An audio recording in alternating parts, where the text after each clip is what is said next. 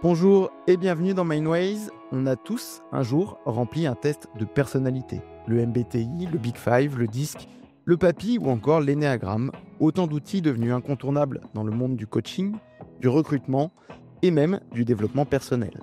Ces tests ont un point commun, ils cherchent à décrire qui nous sommes à travers des traits, des profils, des combinaisons de comportements et de préférences. Ils nous classent, parfois nous rassurent, souvent nous intriguent.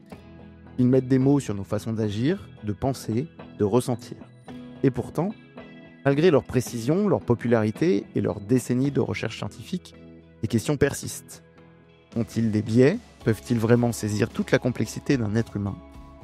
Parce qu'au fond, nous ne sommes pas qu'un type, ni qu'un ensemble de traits, mais nous sommes bien faits de nuances, de paradoxes, de potentiels endormis, de forces inconscientes, qui ne se laisse pas cocher dans une case. C'est là que surgit une approche différente, une approche qui ne cherche pas à analyser mais à révéler.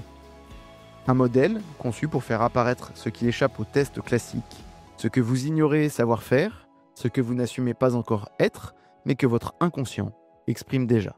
Cette approche s'appelle Flash, et son créateur, Yannick Zoudet, a voulu en faire un véritable pont entre toutes les méthodes existantes.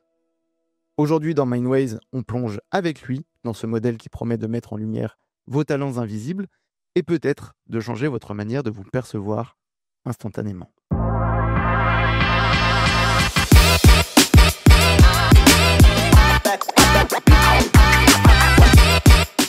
Mindways, le podcast pour rebondir. Yannick, bienvenue dans Mindways. Est-ce que tu peux te présenter pour nos auditeurs ? Raconte-nous ton parcours et comment on passe de la gestion RH classique à la création d'un outil comme Flash. Wow, merci pour l'introduction Sébastien, c'est formidable. Mon nom c'est Zoud. Il n'y a pas de E accent aigu à la fin, mais sinon c'est génial. Et en fait là tu vas relever une partie de mon Flash puisque j'ai une partie où en fait j'analyse et je décortique et voilà, ça fait partie de mon fonctionnement. J'ai adoré ton introduction, je te remercie pour l'invitation. On a eu le temps de briser la glace il n'y a pas longtemps parce que tu as eu ton Flash et ça c'est cool. Et briser la glace, ça fait partie d'une des dimensions du Flash qu'on aura certainement le temps d'expliquer. Donc Yannick Zoud, ancien RH dans les systèmes d'information, dans 2 grandes sociétés à l'international, donc grands projets, conduite du changement, tout ça en fait, ça m'a donné l'occasion aussi de tester en parallèle tous les outils du marché, puisque j'étais intéressé par le comportement humain à l'adolescence en fait. C'était comprendre le comportement. Ensuite, j'ai lu beaucoup, je me suis intéressé aux outils qui existaient sur le marché, tout type d'outils. Et puis, quand je suis rentré au niveau professionnel dans les ressources humaines, j'ai forcément été aussi certifié. J'ai utilisé mes formations pour me former. Alors, ça a été l'analyse transactionnelle, la PNL, l'énéagramme, tous les outils que tu peux citer, le MBTI, le DISC et autres.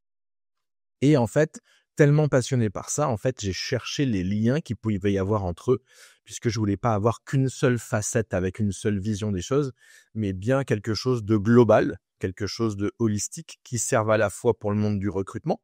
Ça veut dire, la personne doit être au meilleur job possible pour elle. C'est aussi pour le développement personnel parce que on passe par la connaissance et la compréhension de soi pour pouvoir changer quelque chose. Mais on ne peut pas changer quelque chose qui est inconscient. Le Flash permet de se rendre compte de choses conscientes qui pouvaient paraître inconscientes et pouvoir partir dessus comme l'état des lieux d'une maison, on va dire. C'est le potentiel de départ et après, brique à brique, on peut étendre la maison, agrandir la maison, la mettre à notre goût. Mais en fait, c'est bien d'avoir les bases. En fait, on est vraiment basé sur les bases et sur le big data et sur la collection de données qui m'ont fait cette passion qui était en moi, que j'ai voulu analyser au maximum, sans passer par des questionnaires où il y a trop de biais cognitifs. Ça, les autres outils le font. Et c'était chouette parce que j'ai pu voir comment ils étaient faits pour justement voir les concepts, les approches et forcément les nuances et les liens entre eux. On va lever le moteur, on va lever le capot pour voir un peu le moteur tout à l'heure, expliquer un petit peu comment ça marche justement, parce qu'effectivement, c'est un outil dans lequel il n'y a pas de questions. Tu remplis très peu de choses et ça sort le profil. Donc c'est en ça que c'est assez bluffant. Et pour l'avoir effectivement fait, je peux attester que que ce qui ressort est vrai et en tout cas assez étonnant. Merci. Avant de rentrer dans le détail, à quel moment tu t'es dit c'est bon, j'ai trouvé quelque chose de nouveau? Si tu dis que tu as connecté plusieurs choses, si tu parles de data, etc., c'est à quel moment tu te dis ok, c'est bon, mon, mon- mon outil fonctionne et je tiens quelque chose. En fait, j'ai lancé des calculs de folie sur un échantillon et c'est en 2020 qu'il n'y a pas eu de régression de données. C'est-à-dire que si je bougeais l'algorithme et je rajoutais un profil, ça ne faisait pas mettre en erreur les profils où ça marchait. Donc, en fin de compte, ça, c'était ce côté empirique, vérifiable informatiquement. Donc, en 2020, écart. Suite à la pandémie, on avait beaucoup de temps pour rester chez soi. Et ça m'a permis d'aller encore plus en profondeur sur ma passion. Passer du temps dessus, ouais. Ouais. Et c'est là où ça a vraiment tilté parce que je me suis dit, allez, c'est maintenant parce que j'ai du temps et je m'y mets vraiment à fond et je vais voir en détail, de façon très approfondie, jusqu'où je peux aller. Si je trouve pas la clé de décodage humain, ben, en fait, ça reste une passion et c'est pour moi. Et si ça fonctionne, eh bien, je vais le tester avec des échantillons de cas concrets après l'application, puisque j'avais des cas concrets avant pour calculer la data. Mais en fait, je me suis servi de 2020 pour informatiser ce qui était un peu artisanal, hein. Moi, j'ai monté ça un peu dans mon garage, comme on peut voir quelques créateurs de ce monde-ci pour Apple et autres. Mm. C'était vraiment de l'artisanat au départ où je compile de la data et je vérifie sans arrêt. Donc, en fait, on peut dire 2020, grand démarrage où je décide de l'informatiser, puisqu'avec ma quête de perfectionnisme, c'était très compliqué de se lancer en disant est-ce que c'est bon là? Est-ce que j'y vais? Donc, du coup, ça fait partie de mon flash et je l'explique aussi, puisque moi aussi, j'ai des nuances dans mon profil. Des choses qui m'avantagent et des choses où il faut que je fasse attention. Donc, 2020. Ok. Parce que moi, effectivement, j'ai tendance à dire mieux vaut fait que parfait. Ouais, mais en fait, ça, faut que je me le mette, tu vois. Et c'est pas évident avec mon flash de rentrer dans ce processus. Tu décris Flash comme un révélateur de talent inconscient. Qu'est-ce que tu mets exactement derrière le mot inconscient? Inconscient, c'est de réagir ou d'agir sans savoir d'où ça vient, sans connaître la source. Moi, en fait, l'idée, en fait, c'était d'aller à la source de l'information pour chaque personne, pour se dire que par rapport à un même type d'événement, on peut agir ou réagir différemment. Tu vois, c'est l'histoire des 3 cerveaux, par exemple, avec fight, flight, freeze. En fait, c'est la peur, mais la peur, comment on se comporte face à la peur. Et ça, c'était encore quelque chose, encore une idée qui a germé pour le comprendre dans le flash, où on a 5 dimensions hyper importantes, puisqu'elles sont reliées déjà aux 5 sens de l'être humain. J'ai utilisé du coup le VACOG dans la PNL, hein, et visuel, auditif, kinesthésique, olfactif et gustatif. Voilà. Donc j'ai fait déjà les premiers liens et il y avait plein d'autres liens derrière à faire. Mais déjà, je suis parti des 5 sens classiques de l'être humain, basiques. Mais on a toujours des préférences comportementales. On n'a pas tous fait pareil, on n'a pas le même câblage et c'est ça qui était passionnant pour moi pendant toutes ces années. Et j'ai pas abandonné parce que c'était une passion et c'était une sorte de mission, puisque vraiment, je peux le dire comme ça. Si j'ai commencé à l'adolescence à chercher ça et que j'ai pas arrêté, même si j'étais dans le monde des ressources humaines, où j'ai eu une belle carrière pendant 20 ans dans de grands groupes, ça m'a toujours taraudé, titillé, envie d'aller plus loin, voilà. Ouais, c'est sûr que tu aurais pu rester sur les outils qui existent depuis de très nombreuses années et faire quelques ponts éventuellement entre les uns et les autres, mais sans forcément aller redévelopper un modèle. Or là, pour le coup, tu es vraiment allé beaucoup plus loin. Comment alors, j'avais noté la méthode, mais c'est pas une méthode pour le coup, c'est vraiment un modèle. C'est comment le modèle combine-t-il du coup une approche systémique, cognitive et humaine, et sur quel principe neuroscientifique, psychologique tu t'appuies? C'est vrai que la méthode, en fait, on l'a fournie dans la formation. Il y a une méthode d'apprentissage, en fait, c'est comme le permis de conduire. Ben là, on pilote le flash. C'est pas de la conduite, c'est du pilotage. Donc, on a vraiment une formation clé en main avec éthique, déontologie dedans, puisque j'étais en RH et je veux pas qu'on fasse n'importe quoi avec cet outil-là. Donc, il y a une façon de présenter le flash aux gens. La deuxième chose, oui, c'est un modèle. Donc, en fait, c'est dans ce modèle-là, on a à la fois une modélisation statistique avec le big data qui m'a servi pour vérifier les données.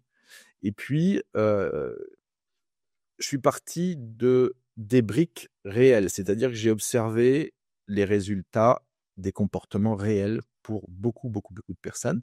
Et donc, j'ai modélisé. C'est le principe de la PNL. La PNL n'est pas une théorie, c'est une modélisation. Et là, en fait, avec le big data que j'avais et l'informatique complexe et les statistiques, j'ai pu en fait monter ça tout doucement en vérifiant avec un jeu de quelques profils. Puis j'ai augmenté jusqu'à 75 000 profils. Et puis après, j'ai dit, OK, l'algorithme fonctionne pour tout le monde. Donc, en fin de compte, on a des intuitions, de l'instinct et de l'analyse. En fait, c'est la combinaison de tout ça qui fait que ça marche.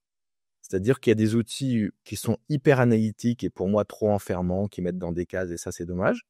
Il y a des outils qui sont un peu trop perchés, où l'intuition a fait faire quelque chose, mais c'est pas explicable. Et en fait, dans mon fonctionnement, j'ai eu des intuitions que j'ai pu vérifier de façon analytique. Donc, en fait, j'ai monté moi-même la validation des datas sans que ce soit des mesures psychométriques. C'est-à-dire que c'est juste l'informatique qui m'a permis de dire je comprends que tel profil fonctionne avec cette préférence-là. Je vais le vérifier sur d'autres profils et c'est en agrégeant en fait les datas, les données que c'est monté tout doucement et c'est pour ça que j'ai bossé 20 ans dessus. C'est parce que ça a été entre guillemets quelque chose d'empirique qui est monté du concret et ça a été brique par brique. Donc déjà les fondations, puis voir si je me plante pas sur les 5 dimensions, est-ce que c'est bien ça? Est-ce que je peux intégrer le disque à l'intérieur? Oui. Quelles sont parce qu'il y a 4 dimensions dans le disque, et là il y en a 5. Donc qu'est-ce qui est splitté? Qu'est-ce qui est en plus et pourquoi ça marche comme ça? Donc vérifier par rapport à, comme je suis certifié au disque aussi, vérifier par rapport à tous les résultats que j'avais du disque, s'il y avait une corrélation entre ce que j'avais créé et leurs résultats. Et je l'ai fait avec les autres outils également. Et du coup, ça m'a permis, on va dire que c'est comme un Tetris, en fait, si je peux t'expliquer ça. C'est quoi que le Tetris, s'il y a un trou, ça marche pas. S'il y a un trou dans la raquette, tu perds.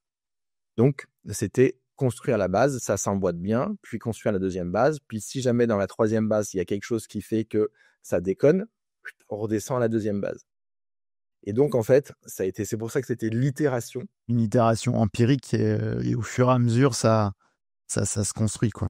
Ouais. C'est pour ça que j'ai mis 20 ans. C'est parce que je trouvais ça comme ça, c'était pas possible. Mais avoir le temps de le faire, comme c'était passionnant, moi, ça ne me gênait pas. J'avais pas d'objectif financier, j'avais pas d'objectif de temps, c'est juste une passion. Mais une passion avec l'envie d'atteindre un résultat quand même, tu vois. C'est pas une passion floue. Oui, mais il n'y avait pas un objectif purement financier en se disant, tiens, je vais monter un business qui va aller là-dedans, etc. Ça part d'un travail de questionnement, de comment ça marche. Ouais. Et à chaque fois, me former aux outils et se dire, il y a un truc qui me gêne, je pose la question, est-ce que j'ai la réponse ou pas? Est-ce que c'est trop flou? Est-ce qu'il y a un trou dans la raquette? Est-ce que je peux l'intégrer dans ma méthode? En fait, c'est parce que les outils du marché ne correspondaient pas à ce que moi j'aurais utilisé si j'avais été coach recruteur, bilan de compétences. En fait, je voulais que les gens voient clairement des choses qui leur paraissent impossibles ou incompréhensibles. Donc, le jeu de la pédagogie a été super important dedans. Aussi, parce qu'en fin de compte, pour qu'un Tetris fonctionne, en fait, il faut donner envie. Et la pédagogie, c'est super important pour comment j'explique en fait le flash aux gens. Donc, qu'est-ce que j'utilise comme picto? Qu'est-ce que j'utilise comme lettre dans le flash? Qu'est-ce que ça veut dire?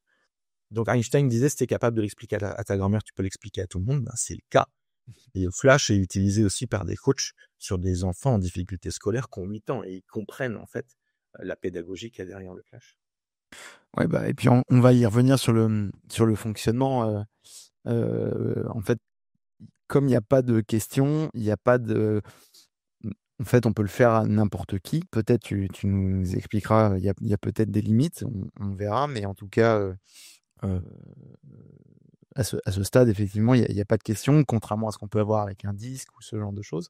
J'aime bien le moment où tu dis, le disque il a 4 dimensions, moi j'en ai 5, comment je split et cetera. Moi je suis un grand fan du disque, depuis, toujours et pour le coup j'ai un profil qui est, extrêmement marqué OK, OK, et c'est très marqué, d'accord. et je me suis toujours posé la question, alors même si dans mon quotidien, je pense que le profil disque est assez vrai, mais je me suis toujours posé la question de: «Est-ce que je l'ai influencé au moment où j'ai répondu aux questions?» Ouais, parce que le principe du questionnaire, c'est que, on demande d'auto-déclarer son fonctionnement. Pour pouvoir s'auto-déclarer, il faut se connaître parfaitement, il faut pas avoir d'enjeu et c'est OK. Du coup, le résultat est fiable. Donc en fait, il y a déjà des paramètres de départ. Après, les autres, c'est les biais cognitifs. C'est est-ce que j'ai compris la question? Est-ce que je me mets en situation globale ou en situation professionnelle? Et du coup, il y a trop de questions. Donc, du coup, on est dans une auto-réflexion pour répondre. Donc, on est forcé de répondre à un instant T avec notre compréhension des questions qui nous arrivent. Oui, potentiellement dans l'humeur du moment en plus. Oh, bah, j'allais te le dire, bravo, c'est ça. C'est-à-dire, si je suis en colère, si je suis excité, si je suis stressé, peu importe le mode de stress, bah, ça va en fait jouer sur la qualité de mes réponses.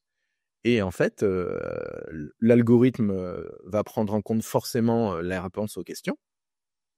Et donc, c'est qu'est-ce que je donne comme carburant au moteur de l'algorithme du disque? J'ai répondu bleu, parce que j'ai un profil quand même qui est analytique, donc et conformité, ça me va bien parce que c'est le monde des règles et en fait, je me suis appuyé sur de l'analytique pour vérifier tout ça. Cependant, à un moment donné, j'ai voulu faire le disque pour, aller vers un coaching et en fait, j'ai répondu rouge parce que j'avais envie d'influencer le test pour leur montrer que le flash, en fait, tu peux pas faire ça. C'était un peu le but du jeu. Donc oui, on peut un peu influencer forcément les questions. Je pense que c'est alors moi, j'ai eu la chance de faire ces tests-là, à part peut-être un il y a très longtemps, mais sans enjeu. Mmh. Enjeu réel, c'est-à-dire que j'étais pas dans une configuration de recrutement ou ce genre de choses où potentiellement tu vas essayer de répondre bien au truc pour orienter le débat et avoir ton poste. Ouais, ça Mais le nous, on l'a sociabilité sociale. exactement. Nous, on l'a vraiment fait dans une optique de savoir comment l'équipe fonctionne et cetera et plusieurs fois. Alors il y a quand même des biais, hein, mais voilà, pour le coup, je sais que mon fonctionnement s'adapte, pas tant que ça. Et du coup, pour le coup, c'était assez réel. Hem, Est-ce que tu peux nous expliquer comment se déroule du coup une séance flash? Qu'est-ce que la personne, vit réellement? Alors je pourrais, en témoigner aussi et du coup, quels sont les inputs, de données que l'on rentre? Alors c'est très clair, les inputs de données, comme on va chercher la source à l'origine et que ça a été vérifié informatiquement, en fait, on décode, heu, le prénom, le nom et le jour mois de naissance. Le jour mois de naissance, c'est pas de l'astrologie, de la numérologie, ça augmente qu'une seule des 5 dimensions. Heu, Quand on va voir la médecine traditionnelle chinoise, on voit qu'il apparaît un calendrier perpétuel et en fin de compte, en fonction de la longueur de chaîne de caractères de ton prénom, la longueur de chaîne de caractères de ton nom et du positionnement des lettres à l'intérieur, on n'a pas le même résultat et c'est ça que j'ai, vérifié sans arrêt pour trouver en fait une sorte d'énergie à l'origine, et puis une sorte de décodage des sources à l'origine et en fait, c'est ça qui est assez bluffant, c'est que, je me suis mis à chercher ça, par passion en disant: «Je veux éviter les questionnaires. Je ne veux pas passer par les questionnaires». Donc soit je trouve, soit, je ne crée pas un questionnaire par-dessus. Et quand j'ai rencontré un gars de la stratégie et de l'innovation, il m'a dit: «Yannick, pour que ça marche, rajoute un questionnaire par-dessus, même si tu fais tourner ton algorithme». J'ai refusé, parce que le vrai faux me pilote énormément dans mon fonctionnement. Donc du coup, dans sa stratégie, qui aurait pu fonctionner côté business, je l'ai mis de côté complètement parce que c'était pas du tout le but de l'outil, de passer par un questionnaire. Donc en fait, on est v les datas, c'est prénom, nom, jour, mois de naissance, il y a pas besoin de l'année. Donc il y a pas besoin, du lieu de naissance, voilà, il y a rien d'astral ou quoi que ce soit, hein. C'est juste de l'agrégation, mathématique, statistique, scientifique et à partir de là, eh bien, on a un résultat en 1 seconde. C'est-à-dire qu'on met plus de temps à taper les données d'entrée qu'à voir le résultat. qui se traduit en français, en anglais, en allemand, bientôt en espagnol, en une fraction de seconde aussi.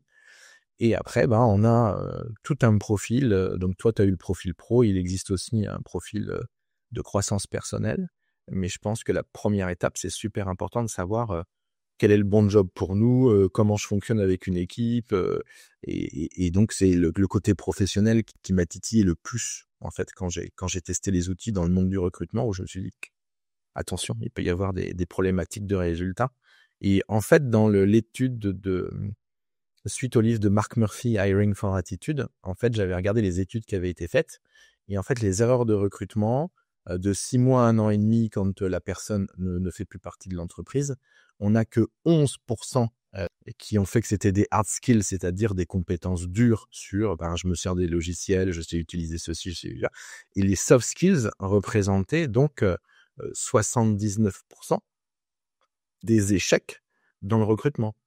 Donc, tout est une histoire de comportement. D'ailleurs, si on observe une centaine de personnes dans une promo pour une formation, il y aura 100 trajectoires différentes qui sont liées au comportement de chacun. Par exemple, les gens qui vont en fac de médecine, et en fonction du flash, on peut les aider à s'orienter en disant est-ce qu'il faut qu'ils aillent plutôt dans les urgences, dans la gériatrie, dans les métiers de spécialisation comme l'opération de la cataracte, et en fonction vraiment du profil comportemental des gens, on n'est pas bon partout. On ne peut pas être à la fois généraliste et spécialiste. Eh bien, le flash permet de voir De me mettre en évidence, oui. le métier de généraliste, exactement. Le médecin de campagne sur 3 générations, c'est un généraliste. Et puis, il aime bien rester à cet endroit-là. Et puis, il y en a d'autres qui ont le sens de l'urgence. Let's go pour ce genre de métier. Je reviens sur ce que tu disais sur le côté hard skill, soft skill. Alors, mon profil, tu seras pas étonné, mais effectivement, quand je recrute, je marche beaucoup à l'intuition. Et me trompe rarement, pour le coup. Alors, je dis pas que ça arrive jamais, mais grande majorité des cas, en général, elle me donne raison. Effectivement, je te rejoins sur le côté hard skill. En général, tu peux le vérifier assez vite. Et soft skill, les gens peuvent le masquer, en tout cas dans un premier temps.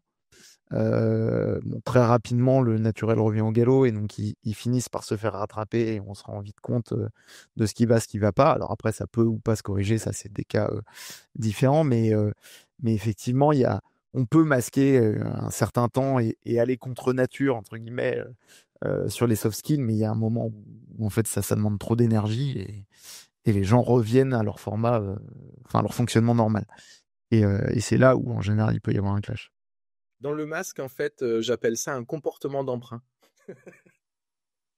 C'est-à-dire que, en fait, ouais, tu veux le poste, donc tu vas fonctionner en fonction de ce qui fait faire que le recruteur qui a son propre flash, qui est le coach, soit influencé ou influençable, parce que si tu donnes les mots qu'il veut entendre, forcément déjà ça se passe bien. Et je me rappelle d'une recruteuse à l'international qui me dit moi je suis instinctive, et dans son flash ça ressort analytique. Elle me dit en quoi vous êtes instinctive? Elle me dit en fait je serre la main et je sais déjà. Ok. Mais comment vous savez? Je lui pose la question parce que moi je pose des questions. Eh bien, si la personne a la main sèche, ça va, c'est là que ça va, elle a confiance et tout. Puis si elle a les mains moites, en fait, je vois qu'il y a quelque chose qui va pas. Et je dis en fait pour moi ça c'est le cerveau analytique, parce que c'est si alors sinon. C'est si elle a la main sèche alors c'est cool, si elle a la main moite alors c'est pas cool. C'est plus de l'instinct, c'est une analyse. Ah ouais, ok, d'accord. Et bon nombre de fois où quand j'utilise le flash, les gens sont pas toujours d'accord sur un truc, sur un détail. Et merci, c'est eux qui sont experts de leur propre vie. Moi, je suis pas là pour dire tu fonctionnes comme ça, ça marche pas. Donc en fait, j'apporte les choses, et quand les personnes me posent des questions sur telle chose, en fait, j'utilise beaucoup des métaphores ou des contextes particuliers qui font que la personne prend du recul et comprend en fait pourquoi en fait elle pensait comme ça, et ça c'est cool. Il y a toujours une partie pédagogique dans ce que j'apporte, et c'est ce qui me passionne. Est-ce que tu as des cas où le modèle révèle rien de probant ou pose un problème? Alors, je pense que tu en as eu tout au long de l'évolution du modèle, mais est-ce qu'aujourd'hui, il y a encore des cas où il y a des choses qui sortent pas ou pas comme tu voudrais? dirais que ouais, j'ai eu un cas il y a très longtemps où on était en mode débriefing et la personne, elle avait 20-25 ans et elle comprenait pas qu'elle avait la 5e dimension qui était forte, elle comprenait pas qu'elle influençait les autres. Mais en fait, ça peut être inconscient. C'est-à-dire que quand on influence quelqu'un, on n'en est pas toujours conscient. C'est-à-dire que euh, le fait d'être enjoué, le fait de dire j'ai découvert un truc génial, le fait de dire en fait on s'en rend pas compte mais on influence. Et dans son approche c'était ah ben non moi non j'influence pas, ok. Et j'ai dit ok, on est d'accord, c'est si tu le vois comme ça c'est ok. Et en fait ça c'était au tout début. En fait là j'ai pas de cas de gens qui me disent que c'est pas eux. Et la deuxième chose c'est que ce qui est encore plus puissant, du coup je peux pas influencer, c'est que avec plus d'une centaine de personnes formées côté francophone, eh bien, en fait, ce sont les clients des gens que j'ai formés qui rapportent en fait qu'ils ont été bluffés par le résultat. Donc là, c'est encore plus gratifiant puisque ça veut dire que, je suis pas intervenu dans la prise en compte et le résultat de ce qu'ils ont pu observer et de dire, OK, c'est moi. C'est en tout cas, c'est mes grands traits de personnalité et de caractère. Et en plus de ça, ça veut dire que c'est cool pour moi parce que j'ai bien formé. C'est-à-dire que pour débriefer, et en fait, on fait un sas de décompression émotionnelle. Il faut aussi leur dire, bah, qu'est-ce que vous connaissez comme outil? Parce que on a un cadre de référence qui fait qu'on peut aussi avoir ce biais en disant, moi, je connais ça et en fait, c'est comme ça. Euh, donc tout ça aussi, il faut le prendre en compte dans l'analyse de son propre profil.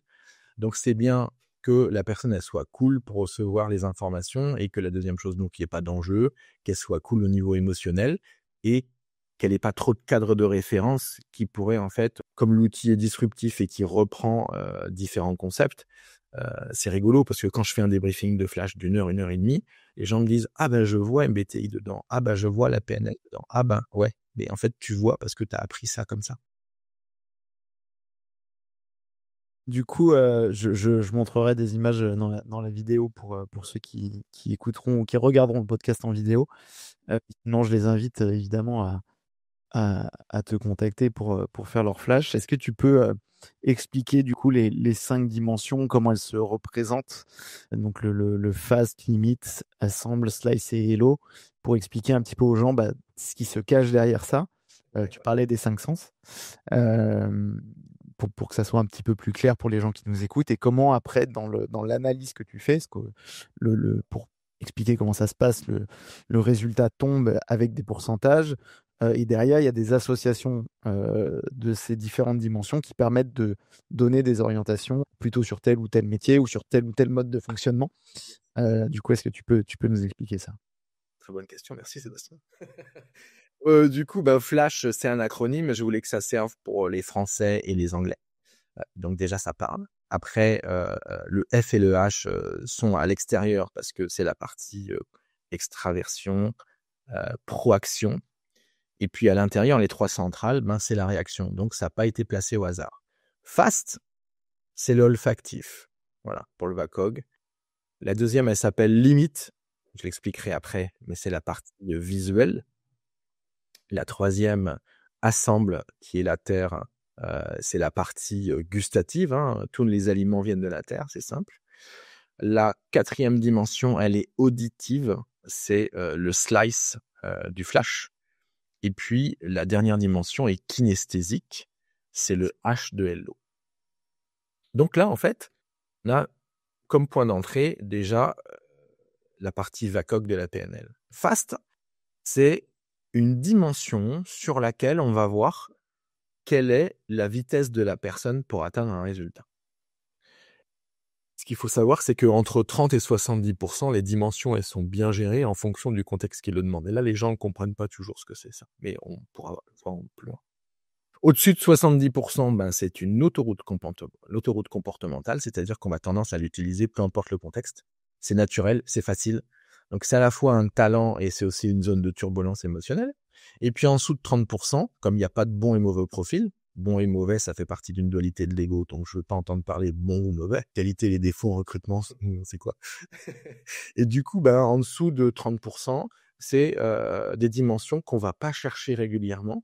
Et si on va les chercher parce que les 5 dimensions sont disponibles, eh bien, il faut l'utiliser avec parcimonie, mais on ne peut pas l'utiliser dans un job à forte fréquence, forte intensité, sinon ça va nous fatiguer et on a des risques de dépression, burn-out et de problèmes au travail. Donc FAST, c'est la vitesse à laquelle on va atteindre un résultat. Donc c'est un pourcentage. C'est très rigolo parce qu'on peut faire la métaphore avec le vélo, c'est-à-dire Einstein disait si tu pédales pas, tu perds l'équilibre quelque part, hein. Donc la force gyroscopique, quand j'ai passé le permis moto, c'était 35 km/h. Une roue ne perd pas l'équilibre et ne tombe pas au-delà de 35 km/h, même si c'est pas motorisé derrière. Donc on peut dire que 35, on peut être en mode haut pas au niveau des résultats si on est en dessous de 30%, donc on est plus enclin à l'empathie. Entre 30 et 70%, on fait une marche rapide ou un petit footing, ce qui fait que c'est facile de ralentir ou d'accélérer, donc c'est bien managé. Et puis au-dessus de 70%, on est en mode running à fond, battre des records au niveau de la vitesse et dans le défi permanent. Et ça, il faut avoir beaucoup d'énergie pour avoir un défi permanent. Donc, c'est la dimension la plus physique des 5 dimensions. Je ne sais pas si j'ai été clair sur FAST. Si, pour moi, c'est très clair. Donc, c'est la vitesse pour atteindre un résultat. La deuxième, elle est d'ordre mental. C'est limite. Donc, c'est la vue. C'est comment j'analyse la data, comment je traite l'information. C'est-à-dire que quand c'est très bas, on peut sortir des sentiers battus et des cadres de référence. Quand c'est bien géré, on peut à la fois sortir des cadres de référence ou fonctionner avec des règles de fonctionnement. Et si on est supérieur à 70%, on va avoir tendance à contrôler l'information, la vérifier, pour voir si c'est vrai ou faux. Tu vois, c'est une dualité qui existe derrière cette dimension, alors que dans FAST, c'est fort ou faible. Et on retrouve les dualités de l'ego dedans, donc c'est facile de coacher après. Donc ça, c'était la deuxième dimension sur la partie mentale. Une autre dimension qui fait partie du néocortex, c'est la dimension assemble, elle est centrale parce que c'est la notion d'équilibre, c'est la notion de stabiliser, d'harmoniser les choses et d'avoir une vue d'ensemble sur les choses. Ça veut dire que cette dimension-là, on est sur le lourd léger. Quand c'est très élevé, on imagine que ce qui est lourd est solide et que si c'est léger, c'est instable, chaotique. Donc, en fonction de cette dimension-là, c'est celle de l'organisation dans le temps. On est capable de voir si on peut changer son calendrier très rapidement avec une dimension très basse, ou plus de 70%, on est emprunt à avoir de l'inertie dans son fonctionnement. On met en place des calendriers qu'il ne faut pas changer. Donc, il y a des méthodes qui sont très bien pour ça, tu vois. Quand tu fais par exemple la paye, tu as le calendrier pour faire les tests de paye, le calcul de paye, la vérification, puis le virement. Donc ça, c'est vraiment un calendrier répétitif. Il y a des gens qui sont OK avec ça parce que ça les rassure d'avoir des choses dans le temps comme ça qui se reproduisent. Puis d'autres, ça les stresse parce qu'ils se disent non, c'est trop lourd, je m'ennuie, c'est une habitude, c'est une routine qui ne me plaît pas. Et c'est parce qu'ils ont des dimensions très basses sur cette dimension centrale.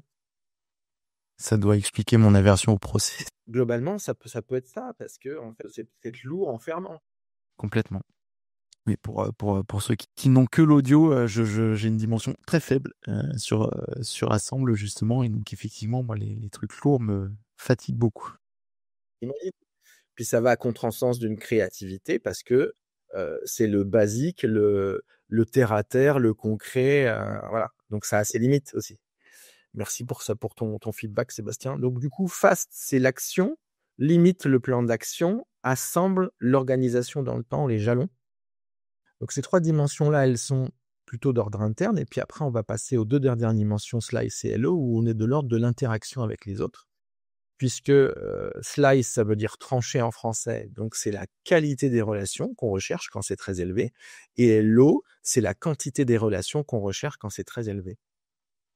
Donc, à partir de là, on comprend que la confiance en soi, c'est dans le FAST, et l'estime de soi, estime, c'est valoriser, c'est l'infiniment petit, eh bien, c'est derrière le slice, la partie métal, en fait, du flash. Et c'est super intéressant de voir, en fonction des 2 dimensions-là, qui pilotent vraiment nos interactions, de facilité à rentrer, à s'inclure dans un nouveau groupe, ou à s'en exclure dès le départ. Ça, c'est la première dimension. Et la deuxième, c'est l'ouverture aux autres. Qu'est-ce que je suis Est-ce que je connecte facilement? Est-ce que je souris facilement? Est-ce que j'ai envie de partager facilement? Est-ce que j'ai envie de connecter? C'est cette dimension d'ouverture aux autres. Et donc, quand on étudie les deux, on est capable de voir pourquoi on réagit comme ça. Par exemple, certains qui sont traités parfois de bipolaires, parfois c'est un peu too much, c'est parce qu'on leur met une étiquette dessus. Mais si on comprend que un slice et un hello très élevé font qu'il y a des fois, j'ai envie de voir tout le monde, je partage et je me marre. Et que d'autres fois, je préfère être reclus, pas parler, et puis être dans un mode de tristesse affirmée, et de s'isoler pour se ressourcer, parce que c'est les deux qui nous font nous ressourcer. Soit je suis en introspection quand j'ai beaucoup de métal, soit je suis en extraversion si j'ai beaucoup de bois. Et on comprend le fonctionnement facilement. Donc voilà, on a passé là en revue rapidement en fait les 5 dimensions, et déjà on peut voir que les combinaisons entre elles donnent des compréhensions de soi hyper pertinentes. C'est là où le modèle devient extrêmement fort, c'est justement quand tu commences à les combiner. Est-ce que tu peux nous expliquer dans la façon dont tu débriefes, comment tu les combines? Tu disais tout à l'heure justement qu'il y a une façon d'expliquer le flash. Et je pense que les combinaisons, elles sont pas faites par hasard. Est-ce que tu peux expliquer rapidement comment tu les organises pour les gens qui nous écoutent? En fait, il y a 20 talents, j'appelle ça des talents naturels, puisqu'on a des ressources naturelles, donc on a des talents naturels. Et il y en a 20, donc j'en présente que 8 par ordre décroissant sur le Flash Pro, pour dire que déjà, en fait, tu peux aller dans ces dimensions-là, ça va pas te fatiguer dans le job. Donc ça, c'est super important, parce que mon but, c'est pas forcément que tu trouves un job en disant « je vais faire la formation, c'est cool », c'est surtout « est-ce que c'est bon pour toi? Est-ce que ça va te fatiguer? Ou est-ce que tu vas être à l'aise dedans ?» Et c'est ça l'enjeu. Donc, en fin de compte, dans l'histoire, les combinaisons ensemble donnent des talents. Et c'est assez simple à comprendre, c'est-à-dire que si on est dans les 2 premières dimensions très élevées, fast et limite, on va avoir une action rapide sur une grande capacité d'analyse. Donc, on va être dans la résolution de problèmes. Bim. Si on a, par exemple, la 3e dimension ensemble très élevée sur la partie solidité des choses, et qu'on a un slice très élevé sur la valeur des choses, eh bien, tout ce qui est de l'ordre des ressources naturelles ou d'investissement dans des ressources en dur, par exemple de l'immobilier ou des choses comme ça, on va être bon là-dedans parce qu'on va savoir valoriser, par exemple, un patrimoine. On va savoir, en fait, les produits de la terre qui sont bons. Donc, on peut avoir un profil de chef cuisinier qui tient plutôt une auberge parce qu'il va se servir du potager d'à côté, tout en local, pour faire découvrir sa cuisine, mais par rapport à quelque chose de très concentré sur le terrain. Et en fait, si tu prends un pizzaiolo uniquement le sud en saison, prends-le avec un fast très élevé parce que tout ce qu'il veut, lui, c'est dépenser son énergie physique, et c'est OK pour ça. Donc, du coup, le monde de la cuisine, le monde de la médecine, le monde du commerce, en fait, on a des profils qui sont complètement différents de l'un à l'autre. En fait, la combinaison des dimensions entre elles, qui sont donc des dimensions naturelles qui ne me fatiguent pas, font qu'on a des talents naturels qui nous amènent à des jobs. C'est-à-dire que si on a, par exemple, beaucoup de limites, cette soif de connaissance, et beaucoup de métal qui est la valorisation des choses, on va être dans des métiers de conseil et d'expertise. Parce qu'on analyse la data et on est capable de la valoriser. Et c'est pas les mêmes en fonction de l'ordre entre le premier et le deuxième. Alors, c'est drôle parce que moi, je parcourais les miens et j'ai fait aussi bien un côté que l'autre, des 2 premiers qui sortent. Et en cherchant, donc il y a une liste de métiers qui apparaît, hein, et ils sont tous dedans. Alors que voilà, j'ai pas été influencé du coup par le flash puisque je l'ai découvert il y a pas très longtemps. Donc c'est assez drôle de voir qu'en fait j'étais déjà entre guillemets dans ma zone de confort, sans le savoir. C'est rigolo parce que même quand tu t'exprimes, et ça je l'apprends en formation, tu dis c'est assez drôle de voir. Ok, alors drôle, c'est l'amusement, le fun, la créativité, c'est le hello. Et puis devoir, visuel, donc on est dans la partie limite des choses. Donc quand on s'exprime, on ne fait pas toujours attention, mais on peut utiliser son langage flash sans s'en rendre compte, sans nous. Et ouais, et c'est là où j'aide les gens aussi Et je dis, ben voilà, tu as ces préférences comportementales, donc tu peux voir le monde avec ces dimensions élevées, donc c'est chouette dans ton job, et fais attention dans ta vie perso parce que c'est peut-être pas ce contexte-là qui te le demande. Et ça permet d'identifier facilement avec un langage universel, en fait. C'est un peu comme la prose de Monsieur Jourdain. Ah bon, je fais de la prose? Oui, quand vous parlez, vous faites de la prose. Ah, c'est merveilleux, je fais de la prose. Là, enfin, là, en fait, on est en train parce qu'en fait, on perçoit le monde par nos 5 sens. Et donc, c'est facile de faire comprendre à la personne il y a notre vérité à travers le flash par rapport à la réalité. Alors, parfois, ça colle, parfois, ça colle pas. Et c'est pour ça que des gens qui ont des flashs complètement différents peuvent avoir des zones d'entente sur des dimensions où c'est bien géré. Et puis, il peut y avoir des zones conflictuelles parce que c'est pas du tout ma même vision du monde, ma même carte mentale. Et ça, c'est génial. Tout ce qui est team building, cohésion d'équipe. Quand je recrute quelqu'un dans une équipe, ouais, mais il faut voir le flash des autres parce que du coup, tu as une nouvelle dynamique dans un équilibre existant. Et à un moment donné, ça peut faire un déséquilibre avant de retrouver un équilibre. C'est un peu l'histoire du premier ou du deuxième enfant dans une famille où ça perturbe un peu. Tu me fais une transition magnifique. Aujourd'hui, tu utilises, tu proposes le flash justement pour ce genre de choses, de team building, de compréhension des équipes, etc., les unes avec les autres, de comment un tel fonctionne, et d'un point de vue managérial, justement, de pouvoir mieux gérer ses équipes. Ça se passe comment aujourd'hui? En fait, c'est simple. En fait, quand on regarde son flash dans l'ordre dans lequel il arrive, ce qui est en bas du profil pro, on est capable de voir qu'est-ce qui nous challenge, comment je communique et comment je manage naturellement. Et puis, quand on a affaire à une équipe, et on va leur présenter le flash sur ça, et on peut faire une roue d'équipe. C'est-à-dire, imaginons qu'il y ait 5 personnes qui soient des personnes clés dans l'entreprise, un COMEX ou des trucs comme ça, et bien en fin de compte, on va voir la roue d'équipe. C'est-à-dire quelle va être la tendance la plus forte si on fait la moyenne des flashs qui nous sont disponibles.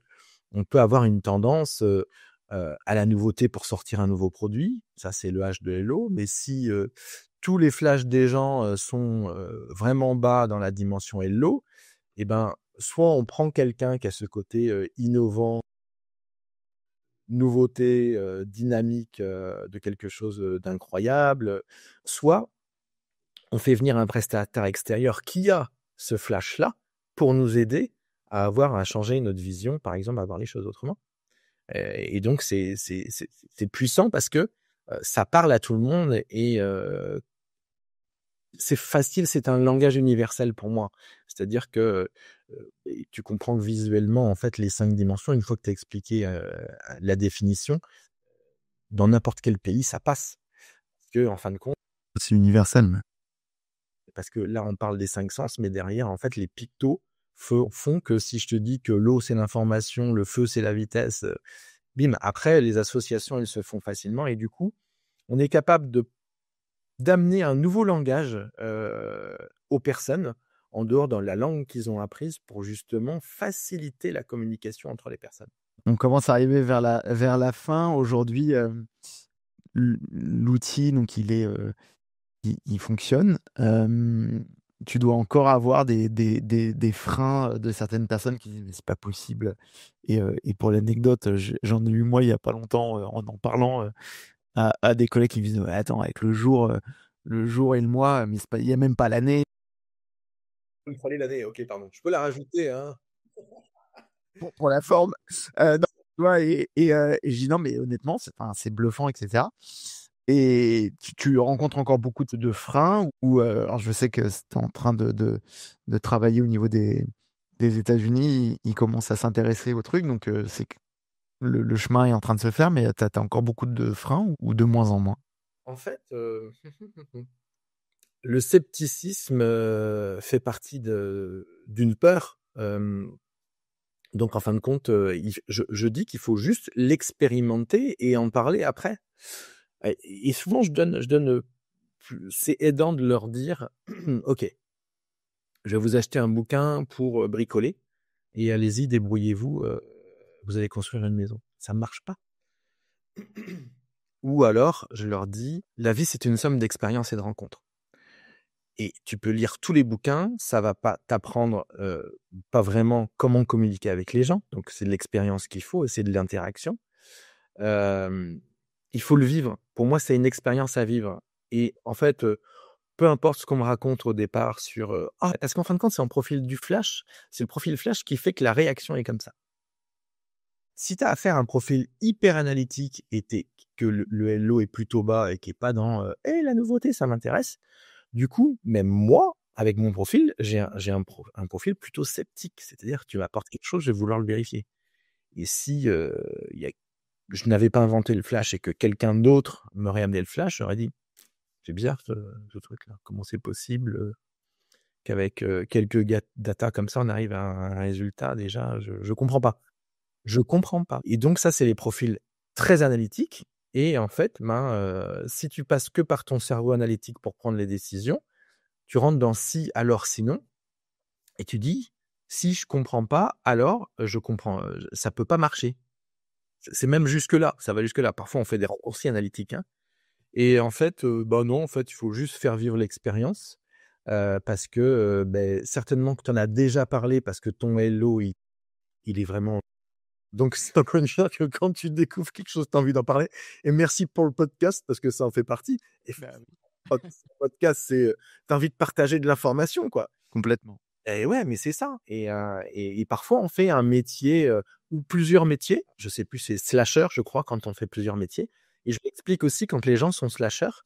Je dis, regardez, il y a ces dimensions-là qui sont élevées, mais il y en a d'autres que tu utilises, qui est assez forte, que tu n'utilises pas dans ton job actuel. Donc, c'est normal que tu ailles vers ça. On va chercher ces points d'acquaintance naturellement, en fait. Ouais, parce que c'est des besoins, donc ça nous titille. Donc, si ces besoins-là ne sont pas assouvis, on va les chercher ailleurs, tu vois. Et ça explique plein de choses. Donc, en fait, je m'en fiche. Avant, je repassais par l'analytique pour expliquer comment je l'avais fait pour des gens qui étaient un peu sceptiques. Aujourd'hui, j'ai plus le temps et je pense qu'il faut pas que je traîne. Je pense que c'est un outil worldwide. Voilà, c'est Kanaka World, donc c'est le monde de Kanaka. Kanaka qui veut dire être humain libre en maori. C'est par la compréhension de soi. Hein. Le Graal, il n'est pas à l'extérieur. C'est connais-toi toi-même. Et en fait, j'ouvre les portes. Après, si les personnes veulent pas clencher ou rentrer, c'est OK. Je pense que ça fait partie du truc. Je veux pas convaincre tout le monde sur la planète. Je veux juste que ce soit utile aux personnes qui en ont besoin et je pense que ça se fait naturellement. Mais c'est vrai que avant, je me prenais la tête en voulant à chaque fois expliquer, en disant mais si, j'ai réussi, je te montre comment je l'ai fait, j'ai fait ça, ça, ça. Et plus je donnais de l'analyse, plus les gens comprenaient pas. Ça faisait pas partie de leur mindset de compréhension. Et donc, on rentre tout de suite dans des registres de frein, de peur, de scepticisme. Mais ça, ce sont des peurs, hein, et c'est pas grave. Voilà, il y a beaucoup de personnes qui peuvent avoir cette image-là. Après, il y a d'autres profils où des gens qui veulent un résultat rapide, innovant, précis, ils vont tout de suite, mais ça dépend encore d'un autre flash. Et puis les early adopters, c'est forcément le H2LO qui dit « Hey, c'est une découverte, je vais tester, je vais voir ». Mais non, mais ça fait partie des profils de chacun. Et ce qui est puissant et bluffant, c'est que nos comportements d'achat se font avec notre flash. Et donc, si je pouvais avoir le flash de la personne à qui tu as présenté, je pourrais avoir une attitude qui fasse qu'il ait envie d'aller plus loin. Ouais. Ça va jusque-là. Hein. Ouais, non, c'est de toute façon quand tu sais après comment les gens fonctionnent et leur facilité à aller vers telle ou telle chose, forcément tu peux t'adapter et c'est en ça que c'est hyper puissant aussi. Pour ceux qui nous écoutent et qui voudraient faire le test et tester par eux-mêmes justement, où est-ce qu'ils peuvent te retrouver? Où est-ce qu'ils peuvent me retrouver?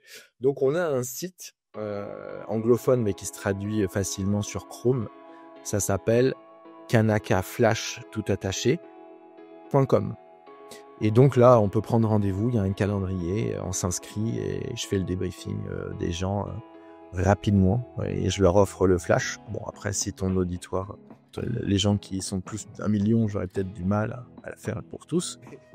Avec grand plaisir pour leur faire découvrir leur flash, le potentiel naturel qu'ils ont. ça n'enferme pas, en fait, ça donne les prédispositions et c'est pour ça que je l'ai fait, par rapport à des outils qui pouvaient enfermer avec des cases. Je voulais pas être seulement un expert des systèmes d'information en ressources humaines, même si j'ai ces compétences-là, je suis bien plus que ça, comme beaucoup de personnes qui sont en quête de sens et qui ont envie de changer de job. Voilà, ça rentre dans les bilans de compétences aussi. Trajectoire pro, trajectoire perso à fond, quoi. Et ça permet de se situer et d'avoir des pistes de réflexion, en tout cas pour ceux qui en ont besoin. Confirmer des choses qu'on peut préciser. Je mettrai évidemment tout ça en description de l'épisode, comme ça vous pourrez retrouver directement le lien dans la description. Yannick, merci beaucoup pour cet échange. J'espère qu'il aura apporté à mes auditeurs et ceux qui nous écoutent beaucoup de valeur et en tout cas l'envie de découvrir le Flash. Et je vous invite vraiment à le faire pour l'avoir fait. Honnêtement, je trouve ça bluffant et hyper instructif sur soi-même. Donc, n'hésitez pas à faire le test et je vous dis à très vite. Merci Sébastien. Merci d'avoir écouté cet épisode de Mindways. J'espère qu'il t'a ouvert une nouvelle façon de voir les défis, ces moments où tout semble se bloquer, avant qu'une idée, une prise de conscience ou une rencontre ne relance tout. Ce podcast, c'est un voyage à travers les détours de l'esprit entrepreneurial et personnel, les doutes, les rebonds, les visions qui prennent forme malgré les tempêtes. Si cet épisode t'a inspiré, abonne-toi à Mindways sur ta plateforme d'écoute préférée ou à la newsletter sur LinkedIn pour continuer à avancer ensemble, pas après pas. Tu peux aussi me retrouver sur Instagram, @escorlware et mindways_fr pour prolonger la réflexion et partager tes expériences ou simplement échanger entre esprits curieux et ambitieux. Ton écoute, tes retours et tes partages sont le moteur de cette aventure, alors n'hésite pas à partager autour de toi. Merci d'être là, d'oser te remettre en question et de continuer à construire ta voie. Reste audacieux, reste curieux et n'oublie jamais que chaque pas compte pour atteindre le sommet. À très vite.